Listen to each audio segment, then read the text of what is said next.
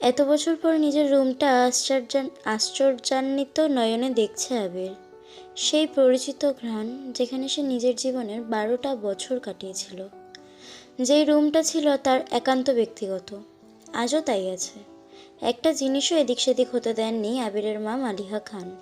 এমনকি রুমে বছরের পর বছর তালা দিয়ে রেখেছেন তিনি। যখনই ছেলের কথা মনে হতো, ছেলের রুমে এসে নীরবে কেঁদে যেতেন, যেন কেউ না বুঝতে পারে। আবির রুমে ঢুকে লাগেজ খুলে নিজের পরনের টি শার্ট হাতে শাওয়ার নিতে চলে যায়। শাওয়ার শেষে বের হলেন একটা কফি কালার টি শার্ট আর একটা ট্রাউজার পরে, হাতে টাওয়েল নিয়ে মাথার চুল মুছতে মুছতে। খাটে বসে আছে তানভীর। লাগেজ নিয়ে এসে রুমেই বসে আছে সে। তানভীরকে দেখে আবির জিজ্ঞেস করছে, কি হলো, কিছু বলবি? তানভীর মুচকি হেসে জিজ্ঞেস করছে, আচ্ছা ভাইয়া, ওই লাগেজটা ধরতে দিল না কেন? কি আছে ওইটাতে? আবিরের চক্ষুদয়ে উদ্বেগ স্পষ্ট। চোয়াল শক্ত করে উত্তর দিল, ওটাতে আমার পার্সোনাল কিছু জিনিস আছে। তানভীর হাসতে হাসতে উত্তর দেয়, সেই পার্সোনাল জিনিসগুলো দেখতে চাচ্ছে আমার অবুঝ মন। কী করব বলো? স্বভাবসুলভ গম্ভীর কণ্ঠে উত্তর দিল আবির, কাউকে দেখানোর জিনিস আশা করি পার্সোনাল হবে না। তানভীর ভাইয়ের আপত্তি স্বর বুঝতে পেরে এই বিষয়ে আর কিছুই বলেনি, শুধু জিজ্ঞেস করে, বিকেলে কি বের হবে? আবির উপর নিচে মাথা নেড়ে হ্যাঁ সূচক সম্মতি জানায়। তানভীর কথা না বাড়িয়ে চুপচাপ বিদায় নেয় রুম থেকে। আবির খাটের এক কোনায় বসে মোবাইল হাতে নিয়ে গুরুত্বপূর্ণ কিছু চেক করতে ব্যস্ত। মেঘ নিজের রুমে ঢুকে শপিং ব্যাগ খুলে 3টে ড্রেস বের করলো। 3টা জামাই অসাধারণ সুন্দর, 2টো গাউন ড্রেস আর একটা গর্জিয়াস কাজের 3 পিস। ল্যাপটপটাও খুলে দেখে তার প্রয়োজনীয় সকল অ্যাপ ব্রাউজার অলরেডি ল্যাপটপে সেট করা আছে। মেঘের দৃষ্টি যায় র্যাপিং পেপারে মোড়ানো বক্সের দিকে। র্যাপিং পেপার খুলতেই চোখে পড়ে 3টা উপন্যাসের বই, যেগুলো উপরে ছোট একটা চিরকুট লেখা, অ্যাডমিশনের পরে পড়বি। তার সাথে একটা ছোট বক্স, যেখানে এক বক্স রঙিন পাথর। মেঘের এই পাথরগুলো ছোটবেলার খুব পছন্দ ছিল। তার সাথে একটা আইফোন 13 প্রো ম্যাক্স মোবাইলের বক্স। ফোন দেখে মেঘের চক্ষু চড়ক গাছ। অনেকদিন যাবৎ মনের কোণে সুপ্ত ইচ্ছে ছিল একটা আইফোন কেনার, কিন্তু কাউকে বলার মতো সাহস হয়নি তার।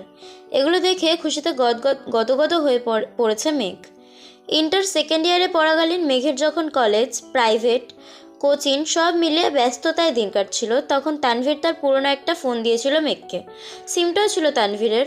বাসার মানুষের বাইরে শুধু 3-4জন বান্ধবীর নাম্বার ছিল সেই ফোনে। এমনকি স্যারদেরকেও নাম্বার দিতে নিষেধ করেছিল কড়া ভাষায়। তানভীর বরাবরই বোনের ব্যাপারে খুব সিরিয়াস। ভাইরা বোনকে শাসন করবে ঠিক আছে, কিন্তু তানভীর মেঘকে একটু বেশিই শাসনে রেখেছে এত বছর। এইচএসসি পরীক্ষা চলাকালীন সময় তানভীরকে খুব সাহস করে বলেছিল, ভাইয়া পরীক্ষা শেষ করে আমায় একটা নতুন ফোন কিনে দিবা? অগ্নিদৃষ্টিতে তাকিয়েছিল তানভীর, যেন মস্ত বড় অন্যায় করে ফেলেছে। তারপর মেঘ নতুন ফোনের আশা পুরোপুরি ছেড়ে দিয়েছিল। আজ সে না চাইতেই আইফোন পেয়ে গেছে, ল্যাপটপ পেয়ে গেছে, এ যেন মেঘ না চাইতেই জল। আনমনে ভাবছে, মনে হয় তানভীর ভাইয়াই বলেছে ফোন আনতে আর ল্যাপটপ আনতে, না হলে উনি কিভাবে জানবে আমার ফোন নেই।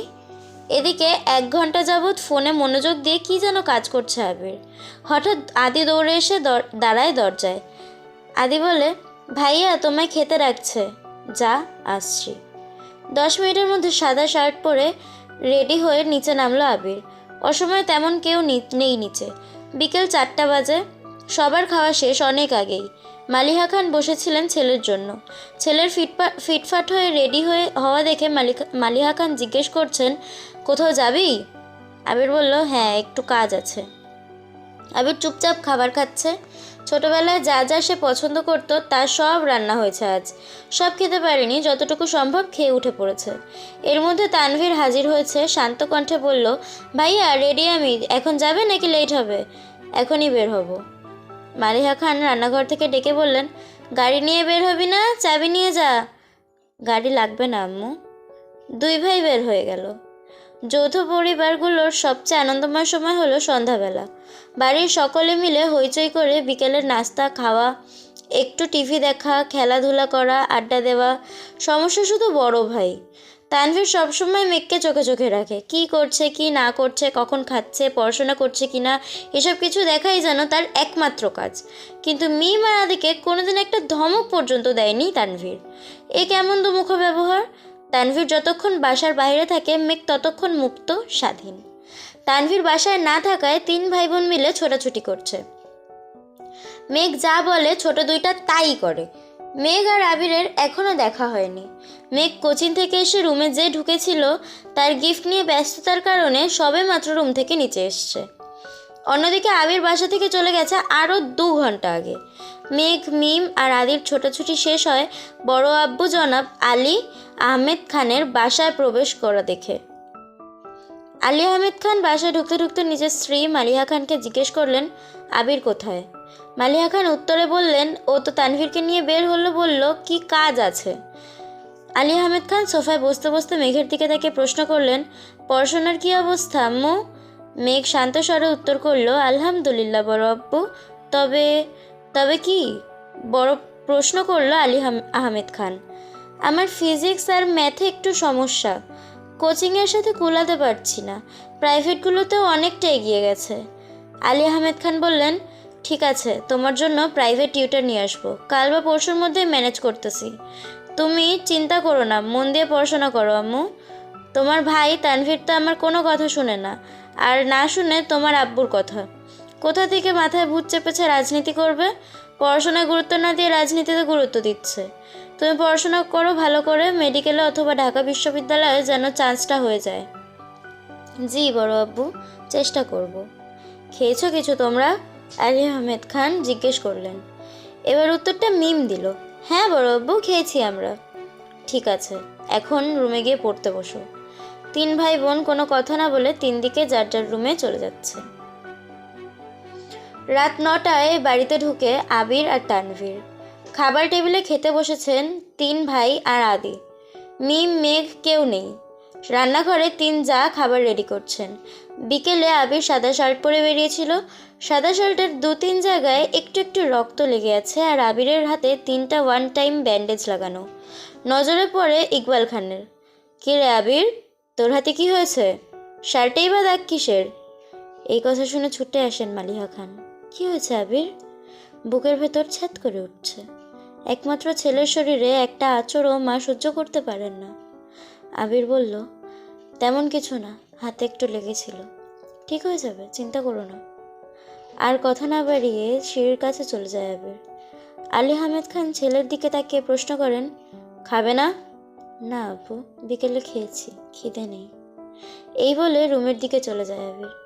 আবিরের কণ্ঠ শুনে মেঘ রুম থেকে বের হয় তাড়াতাড়ি। এতগুলো গিফট দিল, অবশ্যই ধন্যবাদ জানানো উচিত। 7 বছরে ভাইয়ের মুখটাও দেখেনি সে। কিন্তু মেঘ রুম থেকে বের হতে হতে আবির রুমে ঢুকে পড়েছে। মেঘের চোখে নীরবতা। নিচে গিয়ে সবার সাথে খেতে বসে। তানভীরও খেতে বসেছে হাত মুখ ধুয়ে। ইকবাল খান তানভীরের উদ্দেশ্যে বলে, তুই তো ছিলি আবিরের সাথে, কি হয়েছে বল। তানভীর বলল, চাচ্চু, আমি তো ভাইয়ার সাথে বের হয়েছিলাম, কিন্তু পরে আমি পার্টি অফিসে চলে গিয়েছিলাম, তাই সঠিক জানি না। মেঘ যেন কিছুই বুঝতে পারছে না। বাড়িতে এসেছে 7-8 ঘন্টা হয়ে গেছে মানুষটার, অথচ সে এখনও দেখেইনি তাকে। তার মধ্যে আবার কি অঘটন ঘটিয়েও ফেলেছে সে শুধু চাচ্চু আর ভাইয়ার মুখের দিকে তাকাচ্ছে বারবার। আহমেদ আলী খান গম্ভীর স্বরে তানভীরকে বললেন, সে তো তোমার ভাই কম বন্ধু বেশি, তাকে বলে দিও কোনো প্রকার মারপিট আর রাজনীতিতে যেন না জড়ায়। আর এটাও বলে দিও তাকে, তার বয়সটা কিন্তু আমি পার করে এসেছি, তাকে দেশে এনেছি মারপিট করানোর জন্য নয়, আমার ব্যবসার হাল ধরার জন্য। তানভীর বলল, আসলে বড় আব্বু, সামান্য হাত কেটেছে ভাইয়ার। আলী আহমেদ খান বলল, থাক, আমায় কিছু বোঝাতে হবে না, কোনটা মারপিটের কাটা আর কোনটা কেটে যাওয়া আমি তা বুঝি। তুমি তো নিজের রাস্তা বেছেই নিয়েছো, অন্তত তাকে বোঝাও এসব যেন না জড়ায়। জি বড় আব্বু। মেঘ আচমকা প্রশ্ন করে বসে, কি হয়েছে? তানভীর মেঘের দিকে চোখ রাঙিয়ে তাকিয়ে বলে, তুই চুপচাপ খা। ইকবাল খান বড় ভাইয়ের দিকে তাকিয়ে বলে, আবির কেন মারামারি করবে? এত বছর বাইরে ছিল ছেলেটা, এখানে ওর কে এমন শত্রু আছে? বাড়ির সবার মধ্যে নীরবতা, কেউ কোনো কথা বলছে না। মেঘ মনে মনে ভাবছে, আবির ভাইয়া মারপিট করেছে, কিন্তু কেন? এত বছর ভাবতাম আমার ভাইই পচা, রাজনীতি করে, আমায় শাসন করে, কিন্তু আবির ভাই তো দেখা যাচ্ছে পুরাই হিটলার।